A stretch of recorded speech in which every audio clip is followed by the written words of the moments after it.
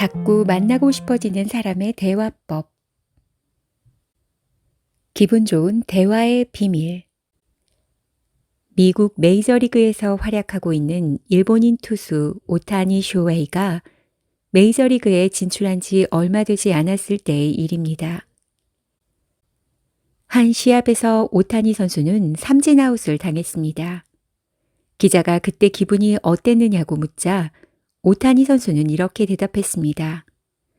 그렇게 빠르고 품격 있는 볼은 처음이었습니다. 상대 투수에게 최고의 경의를 표하는 대답이었습니다. 품격 있는 볼이라니 참으로 멋진 말입니다. 이런 상황에서 대부분의 사람들은 자신을 중심으로 이야기합니다. 보통 사람이라면 오늘은 움직임이 둔했다. 다음에는 꼭 치고 말겠다. 더 열심히 연습하겠다와 같이 표현할 것입니다. 그러나 오타니 선수는 우선 상대 투수에 대해 언급했습니다. 말할 때 상대의 얼굴을 먼저 떠올리는 것은 순간적으로 꾸며내기 힘든 부분입니다. 오타니 선수처럼 사랑받고 존경받는 커뮤니케이션의 비밀은 그 사람의 무의식적인 행동에 녹아 있어 매우 자연스럽게 이루어지는 의사소통 방식입니다. 이런 대화법은 상대를 웃음 짓게 하고 흔쾌히 이야기를 풀어내도록 만듭니다. 이런 커뮤니케이션의 비결은 상대를 먼저 생각하기, 상대방을 대화의 중심에 두고 이야기하고 질문하기입니다. 말하자면 상대방을 주인공으로 만드는 대화입니다.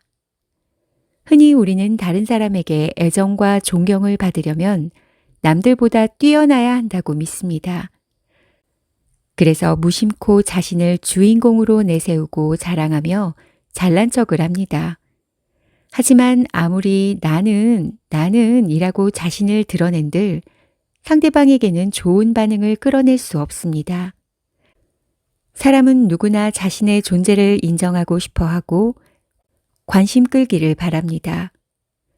상대의 관심을 끌려면 어떻게 해야 할까요? 여기에서 의식의 전환을 해야 합니다. 당신은요? 라는 질문으로 상대를 주인공으로 만드는 대화를 이끌어가면 상대의 태도는 순식간에 달라집니다. 표정이 풍부해지고 과묵하던 사람의 말수가 늘어나며 대화도 점점 무르익어 갑니다. 사람은 그만큼 자신에 관해 이야기할 때와 자신의 이야기를 남이 들어줄 때 기쁨을 느낍니다. 이것이 바로 상대방을 주인공으로 만드는 대화법입니다. 호감이 상승하는 기적의 대화법. 사람들을 만나서 이야기를 나눌 때 지금 누가 이야기의 주인공인지를 유념하며 대화하는 사람이라면 인간관계에 정통한 사람일 것입니다. 예를 들어 상대방이 차 샀어 라고 말하면 당신은 어떤 말을 건네겠습니까? 첫째, 차종이 뭐야? 얼마 주고 샀어? 연비는 어떻게 돼? 이런 식으로 이야기를 전개하는 사람도 많을 텐데 이때는 차가 이야기의 주인공이 됩니다. 이것은 사물을 주인공으로 만드는 대화법입니다. 둘째, 그렇구나. 우리도 10년 정도 타서 이제 슬슬 바꿔야 하는데. 이렇게 말한다면 대화에서 주로 자기 이야기를 하는 사람입니다. 적잖은 사람들이 대화에서 일방적으로 자기 할 말만 쏟아냅니다. 이것은 나 자신이 주인공이 되는 대화법입니다. 셋째, 잘됐다. 차가 있으면 여행도 다니고 즐거운 일도 많아지겠네. 이렇게 말하는 것이 상대방을 주인공으로 만드는 대화법입니다. 이런 식으로 이야기를 전개하면 상대는 물론 자신도 즐겁게 대화를 나눌 수 있습니다. 사람들은 누구나 이렇게 생각합니다. 상대가 관심을 가지고 내 말을 들어주면 좋겠다. 또한 듣기만 하는 것이 아니라 더 나아가서 이렇게 생각하죠. 내 이야기에 공감하면 좋겠다. 긍정적으로 받아들이면 좋겠다. 이 세 가지 욕구가 충족되었을 때 나를 이해해 주었다라고 느낍니다. 마음의 영양분이 충분히 채워지는 기분이 드는 것이죠. 설령 뛰어난 화술이 없어도 상대를 주인공으로 만드는 대화법으로 이 세 가지 욕구를 충족시키면 상대방은 흔쾌히 자기 이야기를 풀어놓게 됩니다.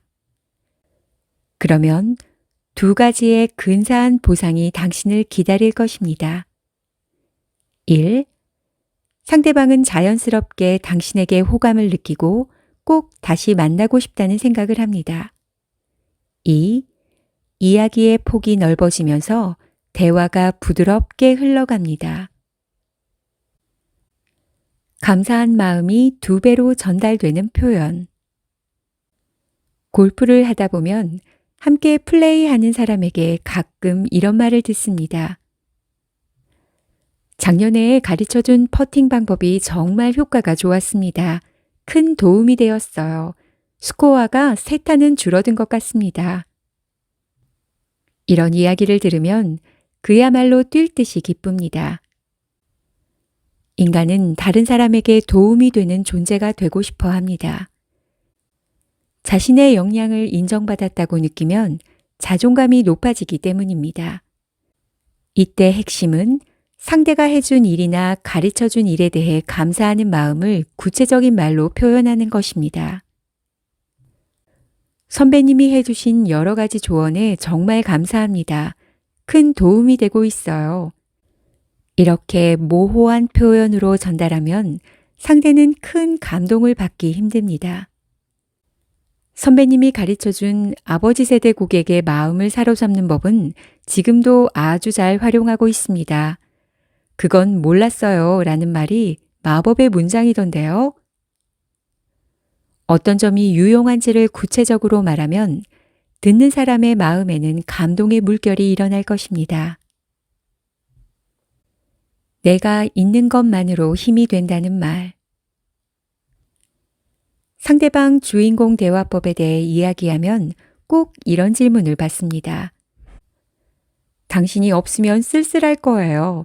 당신한테 칭찬받으니 정말 기뻐요와 같은 표현들은 말하는 사람이 주인공인 표현이 아닌가요? 분명 쓸쓸함을 느끼는 것이나 칭찬을 받는 것은 말하는 사람입니다. 그렇다면 이것은 자기가 주인공이 되는 표현이 아닐까라는 의문이 드는 것도 당연하겠지요. 그러나 이것은 상대방을 주인공으로 만드는 표현으로 정의합니다. 그렇게 말하는 사람의 마음 한가운데 상대방이 있기 때문입니다. 자신의 느낌을 전한 표현이지만 상대방에 대한 느낌을 말하는 것이기 때문입니다. 당신이 없으면 매우 쓸쓸할 것이다는 그만큼 당신의 존재가 내게 큰 의미다 라는 마음이 함축된 말이고, 당신에게 칭찬을 들으면 기쁘다는 그만큼 당신을 존경하기 때문이다 라는 마음이 함축된 말이기에 상대방을 주인공으로 만드는 표현이라 할 수 있습니다. 여기서 핵심은 이런 말을 들으면 누구나 매우 기뻐한다는 점입니다. 그 말을 한 사람에게 자신이 커다란 존재라고 느끼기 때문입니다. 상대가 원하는 질문을 하라. 상대방을 주인공으로 만드는 대화를 하려면 꼭 기억해야 할 것이 있습니다. 바로 상대방의 기분입니다. 어떤 화제로 이야기하든 상대가 어떤 기분일지 상상해 보는 것을 잊어서는 안 됩니다. 차 샀어 라는 말을 들었다면 상대방의 입장에서 어떤 기분일지 상상해 봅니다. 대부분의 사람들에게 차를 산다는 것은 꽤 큰일입니다. 큰돈이 들어가는 일인 만큼 나중에 후회하지 않으려면 어떤 차를 사야 할지 좀처럼 결정하기 어렵습니다. 이런 점을 간파해서 어떤 차를 살지 결정하기까지 많이 고민했겠구나 하고 상대방의 마음을 헤아려 보는 센스를 발휘해 보세요. 여러 가지 상황을 자유롭게 상상해 보면 자연스럽게 질문도 떠오를 것입니다. 차 고를 때 정말 고민 많았겠다. 이 차로 결정한 결정적인 이유가 뭐야? 사람은 누군가 자기 마음에 다가왔다고 느끼면 갑자기 이미지가 부풀어 올라 할 말이 쏟아져 나오기 마련입니다.